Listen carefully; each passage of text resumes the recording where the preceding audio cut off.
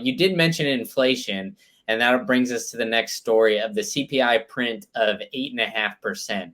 So it seemed like the market was kind of ripping off this news, and it seems insane to me that we're actually celebrating an 8.5% manipulated, granted, CPI print, because the CPI is always manipulated, no matter however you want to look at it, right?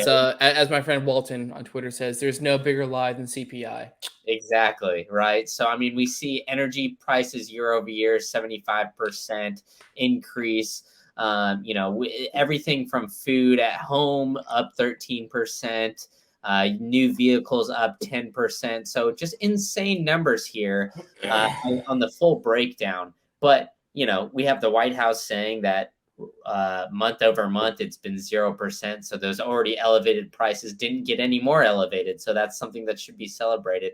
So I mean, like, what do you think about all this the CPI nonsense that they're putting out there, and like the case that it makes for Bitcoin when we're having rampant inflation, and you said it before, like maybe we're not at hyperinflation yet, but it seems like a couple other things could just turn, like maybe this China-Taiwan conflict goes full force, and I don't know, the government decides to print more money. What do you think of all these CP lies that we got in there? Shout out to Kelly.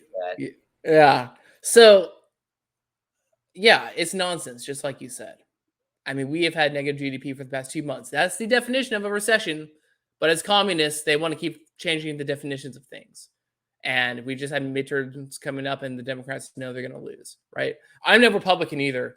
But again, just like choosing the better of two evils. You want Davos or you want Team Fed? Do you want Democrats and Republicans are run by Davos as well? You got your Marco Rubios and your Pompeos, just like your neocon, colonialists, whatever, Anglophiles. Like they're all run by Davos. Davos will probably pivot from the radical left and pivot towards that, warmongering right, because they are going to lose in the midterms. And so they'll have to pivot their strategy. But again, this is why you can't separate politics from economics, from the numbers, okay? Because one of the numbers are manipulated for political gains. And I think that's basically what we are facing right now. So, yeah, Bitcoin should be ripping, but it's not. And maybe the manipulated low price of Bitcoin is in everyone's favor, especially the pleb. So, be heavy cash. Embrace the strength of the dollar if you can. But I know a lot of people are hurting right now. And I mean, yeah, just stack sats when you can, and don't believe these numbers that they keep purporting, because that is just them pandering to whatever is left of their constituency.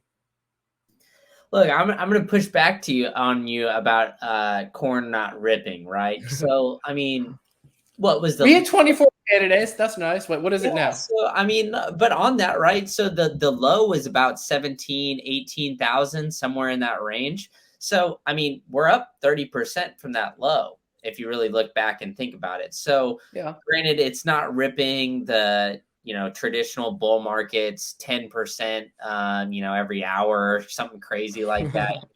Massive volatility, but we're still seeing it perform pretty well, I would say, over this period. And granted, I still think it's kind of correlated when you look at it compared to a lot of these risk on growth stocks. Very much like that. And so I'm hoping, maybe after the next halving or whatnot, that it kind of, gets away from that. But I still think that, amidst all this, it is still performing, fairly decently.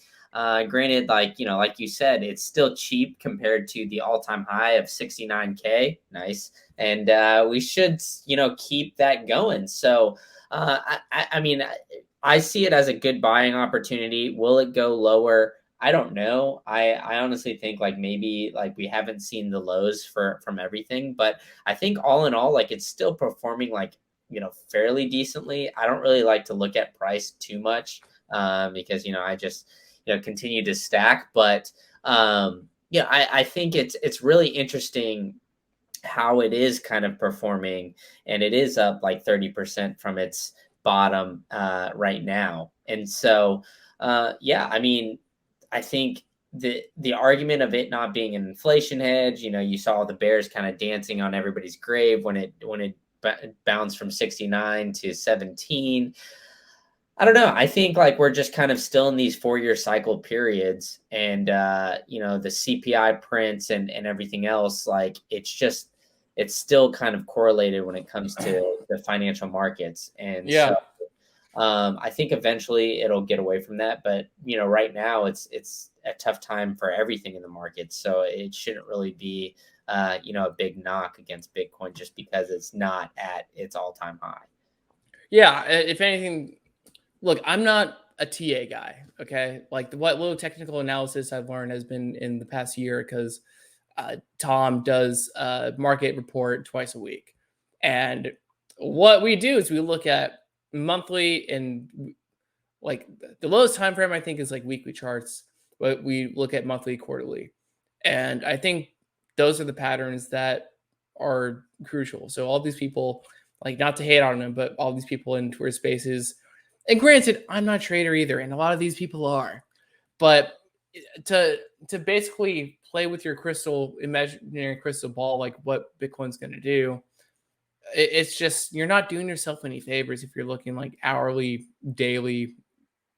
It's just more like I guess weekly and corrections and where resistance may or may not be. Like that's helpful, but also this is why I think it's pretty crucial in understanding what's happening in the rest of the world, which I'm sure a lot of people do. But again, within maybe not to like call out any dates or specific numbers, but within the next I don't know 18 months, 2 years, I think the more capital fight we see, as I mentioned, we're gonna see that go towards safe haven assets. And maybe like you're right, we don't break the 4-year cycle because in 2 years that's when the next halving is, right? And so supply and demand shocks in Bitcoin, whether or not that's true. Well, I think a week ago we heard that stock to flow is officially bullshit, and even I think Bitcoin Tina like came to admit that he was wrong about that too. Or it's crazy, but again, capital is going to flee to where it's going to be treated best, and the powers that be know how valuable Bitcoin is. So, regardless, and again, I'm contradicting myself saying, don't just say Bitcoin's going to moon in the future and we're going to be good. Like, yeah, that's true, but on our horizons and maybe less than 2 years, maybe we see some of that breaking out happen. But who knows? Like, we are in unprecedented times and uncharted waters where I wrote a song called End the Fed, and now I have in my Twitter name, Pal is my pal. So nobody knows what the hell could actually happen. By the way, at the end of the day, yes, end the Fed.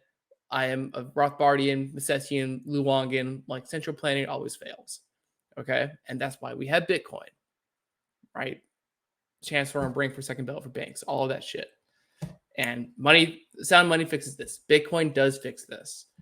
But again, it's just crucial to, if you're going to have an opinion, just be able to zoom out, look at all, like look beyond just Bitcoin, look at other commodities and like why people might be doing what they're doing and what their incentives are, who benefits from what policy, that kind of stuff.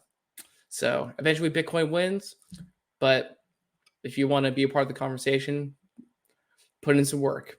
And I know that's hard, right? I got a full-time job. I fiat mine. But, when I get distracted on my fiat mining, I'm just like trolling on Slack and Twitter and trying to learn new shit, as I'm sure a lot of people are that are watching this program.